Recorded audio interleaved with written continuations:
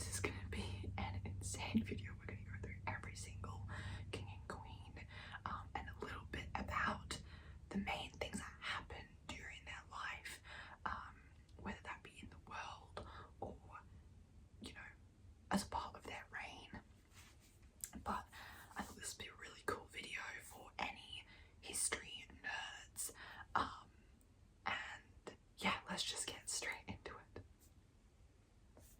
I will put all the kings and queens in like a family tree. I got this off of the Brits Royals website or something, so I'll put up like the family tree as we go.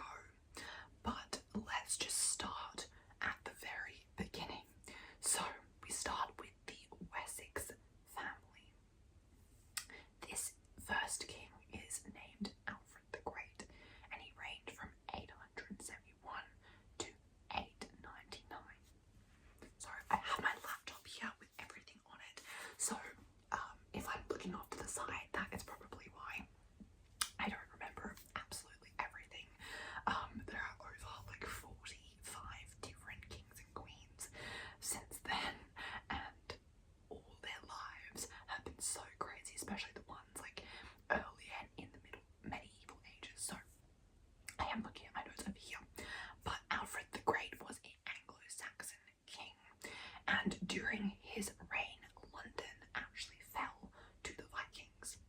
Just a fun fact to put him into perspective, he is the 33rd grandfather of today's King Charles. So that is just insane that such relations have been drawn into today's present. Okay, so after that, his son Edward the Elder took over in 899 to 924. He reconquered southeast England, and then he was succeeded by his son Ethelstan. I think that's how you pronounce it, Ethelstan. And then after that we had King Edmund, and he was 939 to 946.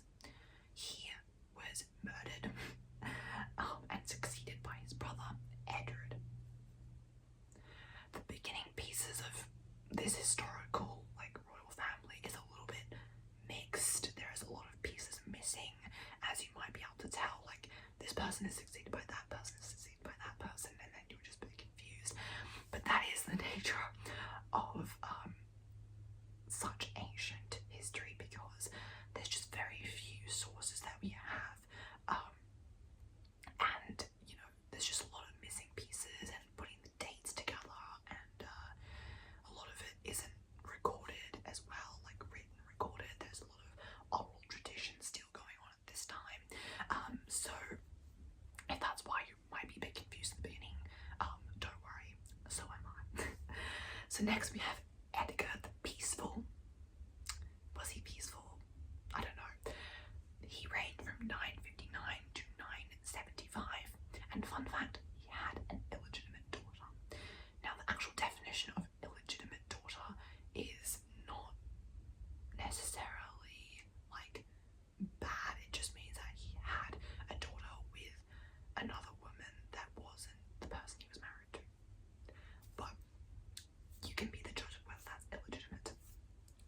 So next we had Atharold the Second. He was nicknamed the Unready King. He reigned from 978 to 1016. And his nickname actually is a corruption of this old English word called unread, and it turned into now what he's known as unready. It basically meant he was a poor counselor and advisor, so not such a great term to be using, you know. Next came Edmund II of Ironside, and he actually only ruled for a few months in 1016.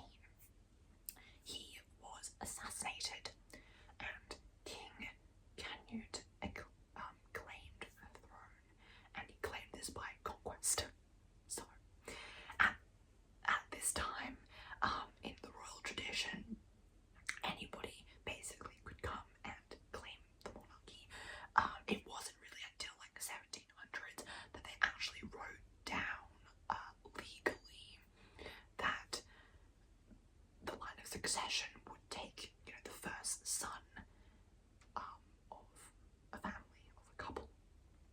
her son would be the next person in line for the throne. So back in 1016, apparently that wasn't really a thing. You could take the throne by conquest. Alright, so then after that we had King Edward the Confessor in 1042 to 1066, and he was a son of Athelred II, and he actually commissioned the building of Westminster Abbey, or the rebuilding. I think it probably was like knocked down or something before that, but he rebuilt Westminster Abbey. And the fact that he didn't have a child meant that after his death there was actually a struggle for power. It meant that they didn't know who the throne should have gone to, right? And if 1066 is a year that sounds familiar, it's because it was the year of the famous Battle of Normandy. Oh, sorry, Battle of Hastings, not Battle of Normandy. The Normandy family won the Battle of Hastings. That's what I meant. So during the struggle for power, the crown first went to a guy called Harold Godwinson, and then through the Battle of Hastings in 1066, I believe it was like October, William of Normandy won this battle, and so he became known as William the First, or the Conqueror, and he claimed the English crown from 1066 to 1087. And he basically claimed that Edward the Confessor was his second cousin. Whether that's true or not, I have absolutely no idea, but that's what we know of. Then after that came his son William II Rufus in 1087 to 1100. Yeah. And then in 1100 we had King Henry I, all the way till 1135, and he was succeeded by his brother William II, because he died of food poisoning apparently. And then there's a little bit of a gap here, and then we get to King Stephen, which is 1135 to 1154. He was the nephew of King Henry I, and he participated in this civil war known as the Anarchy, which begins during his reign. So now we depart from the Wessex family and we go into the Angevin family. This is where we get King Henry II from 1154 to 1189, and he invades Ireland in 1171. So then we have King Richard I, the Lionheart. He reigns from 1189 to 1199, and he basically rebelled against Henry II twice before he actually came to reign, and he actually acquired this reputation as like a warrior, so like a fighting knight-ish kind of king. And then his brother came to the throne after him, King John I, in 1199 to 1216, and he was the one who sealed the Magna Carta in June of 1215. And a little fun fact, during his reign, Cambridge University was actually founded in 1209. Alright, moving on, we've got King Henry III, who was crowned at the age of 9 after his father died in 1216, and he ruled until 1272. He was then succeeded by his son Edward I. So now we move into a new family. This is the Plantagenet family, and King Edward I of Longshanks is the first king in this family. We've got his reign from 1272 to 1307, and he actually established English rule in Wales. And during his reign, something really important happened politically, that caused a movement towards the modern form of parliament. So they had something called a model parliament that was initiated in 1295, and this started the movement towards today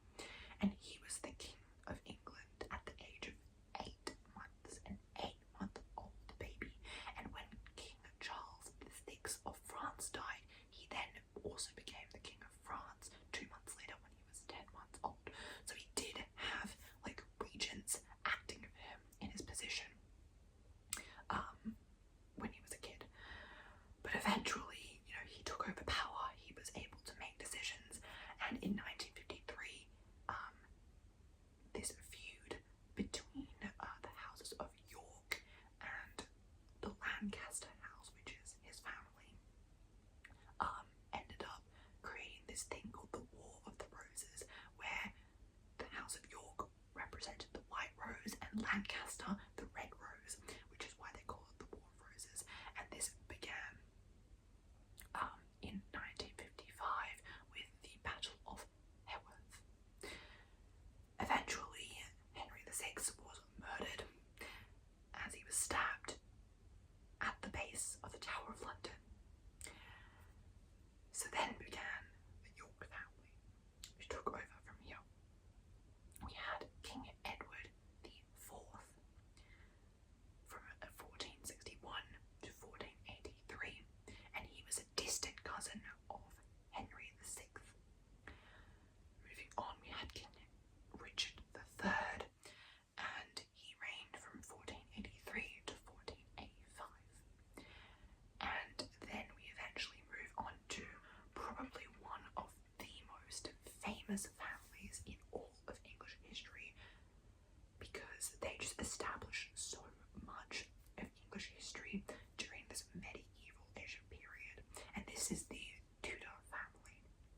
It began with King Henry VII in 1485 until 1509, and he actually married Elizabeth of York, which ended this whole Wall of Roses situation between the House of York and Lancaster, because he essentially united them both in this marriage. And during this reign, just for historical information, Christopher Columbus actually went out and he finds the West Indies, as he calls it, which is what is now like the Caribbean and North America. After that, King Henry VIII comes along in 1509 until 1547, and he's probably one of the most famous English kings in all of history. There's even a musical made about his wives. He has 6 wives, so if you've ever watched the musical Six, you would know the story of the 6 wives. And he actually cut ties with the Church of Rome. So then he made himself the supreme head of the Church of England, which overrode the Pope's authority, and so essentially started this Protestant Reformation. And a couple of like his close, I guess you can say they're friends, like Sir Thomas More, executed because of this whole situation. I believe he also made himself the supreme head of the Church of England so that he could actually divorce his wives. Anyways, moving on to his son, King Edward VI, from 1547 to 1553. He ascended the throne at the age of 9, and then the throne went to his sister, Queen Mary I, in 1553, and she ruled for 5 years until 1558. And she was the daughter of Catherine of Aragon, so one of King Henry's 6 wives. And she was a devoted Catholic. And you know what that means? This means that everything Henry has done for Protestant Church, undone. She's undid it all. And she became known as Bloody Mary because she sanctioned the execution of hundreds and thousands of Protestants because she was so Catholic. And so that's where we get the term Bloody Mary from. Moving on, we then had her half-sister come along, Queen Elizabeth I, who ruled from 1558 to 1603, and she was the daughter of Anne Boleyn. During her reign, a lot of Shakespeare's most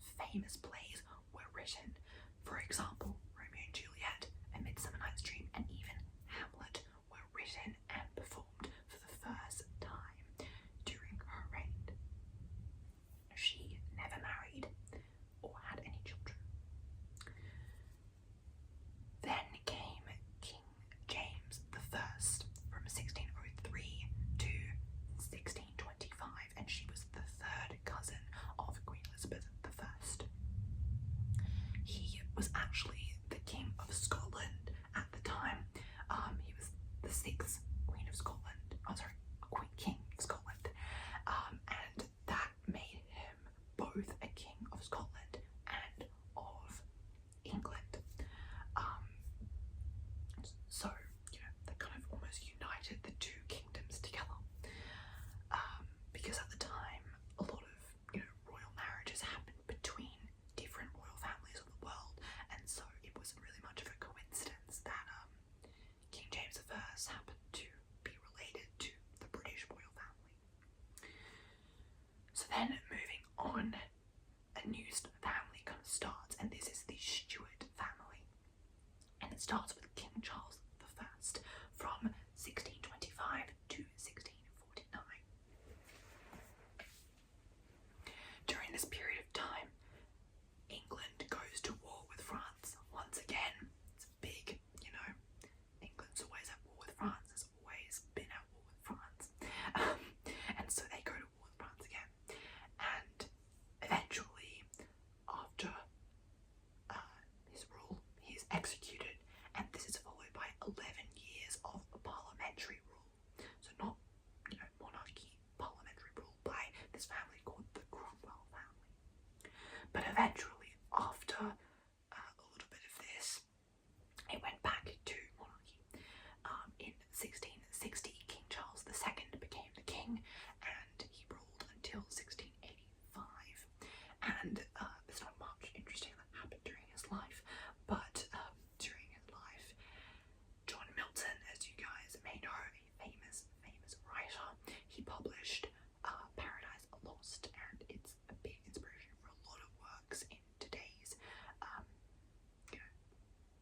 literature, and even back in the day, like Victorian times, a lot of famous literature inspired by Paradise Lost. Then came King James II. He ruled from 1685 to 1688, and he was the brother of Charles II.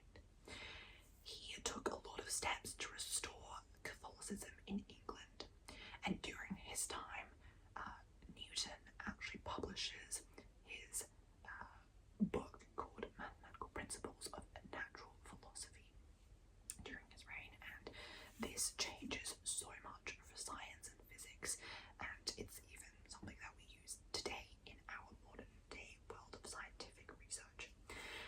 But eventually James II abdicates, he flees to France, and is succeeded by his son-in-law, William of Orange. So William of Orange is then known as King William III, and he is like the joint king with his Queen Mary II. And during this period of time, the Bank of England is founded, and then when Queen Mary dies, William rules alone until his death. He is succeeded by Queen Anne from 1702 to 1714, so for 12 years. She declares war on France in the War of the Spanish Succession, so again, always at war with France. But she actually suffered from this illness called gout, and her body was so swollen that she couldn't walk by the time of her death. And then we move on to the Hanover family, and this begins with King George I, from 1714 to 1727, and he is actually a distant cousin of Anne. His son, King George II, takes over in 1727 to 1716, and Britain goes to war with Spain during this period of time. Again, another son, King George III, comes in 1760 until 1820, and he is the grandson of George II. During this period of time, Captain Cook actually lands in Botany Bay, which is now in modern-day Sydney, and the slave trade during this period of time is also abolished in the British Empire. There are a lot of famous novels also published during the Regent times. So his son, King George IV, actually becomes the Regent King because King George III is so sick that he literally can barely rule anymore. So for 9 years at the end of his ruling, a lot of famous novels are published during this time called the Regency period, such as Pride and Prejudice and Frankenstein. Like I said, it goes on to King George IV in 1820 to 1830. And then after that, it goes on to King William IV from 1830 to 1837. During his reign, the new London Bridge over the River Thames is opened, and also during his rule, Dickens begins publishing his first novels such as Oliver Twist. And then we get to probably one of the most famous queens of all time, Queen Victoria, and she rules from 1837 to 1901, and she is the longest reigning queen before Queen Elizabeth II. So she was the niece of William IV, and during her lifetime, the Industrial Revolution, takes off, and there are huge changes in innovation, particularly like the arts, and then there are subsequent rises in a variety of different political views and political theories, such as Marxism. So Marx and Engels writes the Communist Manifesto during this period of time as well. This is basically like the height of the British Empire. For example, in the First Opium War in 1839, Britain actually wins and gains Hong Kong in 1942. So that is just one example of their ever expanding British Empire territory. In 1954, 10,000 people die of cholera because of contaminated water, and so there is this sense of like juxtaposition between this height of the Industrial Revolution providing a boom in industry and innovation and improving standards of living, but at the same time there also is so much poverty and just people having this low standard of living, a lot of people moving to like London, and just unregulated sort of population growth, and working conditions as well. And because of this huge sort of juxtaposition in society, a lot of famous works are written with sort of these political intentions during this period of time, particularly Charles Dickens, who wrote a lot about his, like had a lot of commentary about everyday life and what it actually meant to be successful during this period of time. Now, Queen Victoria lived for so long that she actually lived past her Diamond Jubilee, which was 60 years of ruling in 1897. But eventually in 1901, she passes away, and then the next King of England became King Edward VII, and he ruled from 1901 to 1910. And even though it's a short 9 years during this period of time, Australia and New Zealand are both granted dominion. This basically means that whilst they're still part of the British Empire, they also have their own government and authority now. This period of time also sees the start of the suffragette movement, including Emmeline Pankhurst establishing the Women's Social and Political Union. And then we finally move into the Windsor family, which is also the family that currently is on the throne. And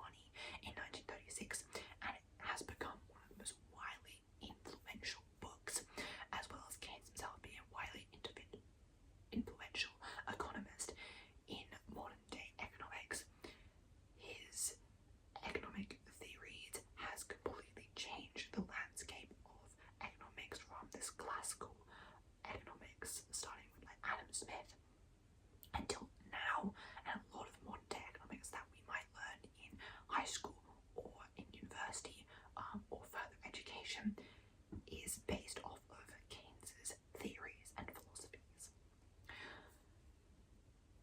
Then we move on to King George VI in 1936 up until 1952. He oversees the start and end of World War II and the start of the Cold War, particularly between the US and the USSR at the time. And then we move on to Queen Elizabeth II, who reigns from 1952 until 2022, so we're definitely getting into modern day now. And she takes the throne at the age of 25 after her father passes away unexpectedly. And during her reign, she went on a 6-month tour to Australia and New Zealand. She allows Ghana to become the first African British colony to gain independence. During her time, a lot of interesting things also happened, like the Beatles became super popular in the political side. Northern Ireland has their civil rights situation. The UK joins the European Economic Community in 1973, known as the EEC, which eventually turned into the European Union or the EU. She saw the end of the Cold War and the fall of the USSR in 1991. She saw Hong Kong being handed back to China after 155 years of British rule. She even sees the UK leave the EU, Brexit, and she oversees the COVID-19 pandemic, and she reaches her Platinum Jubilee. That is 70 years of ruling. But eventually, all good things come to an end, and she eventually passes away in 2022 as the longest ever reigning monarch in British history. And now we have her son, King Charles III, from 2022 onwards, and he is our current king. And that is basically the end, or up until now, the end of all the British kings and queens since, like, forever. So that was a big mouthful. This video took a lot of research and time, but I hope you guys enjoyed it, and you might potentially even be asleep by now because of how many kings and queens we went through. But I really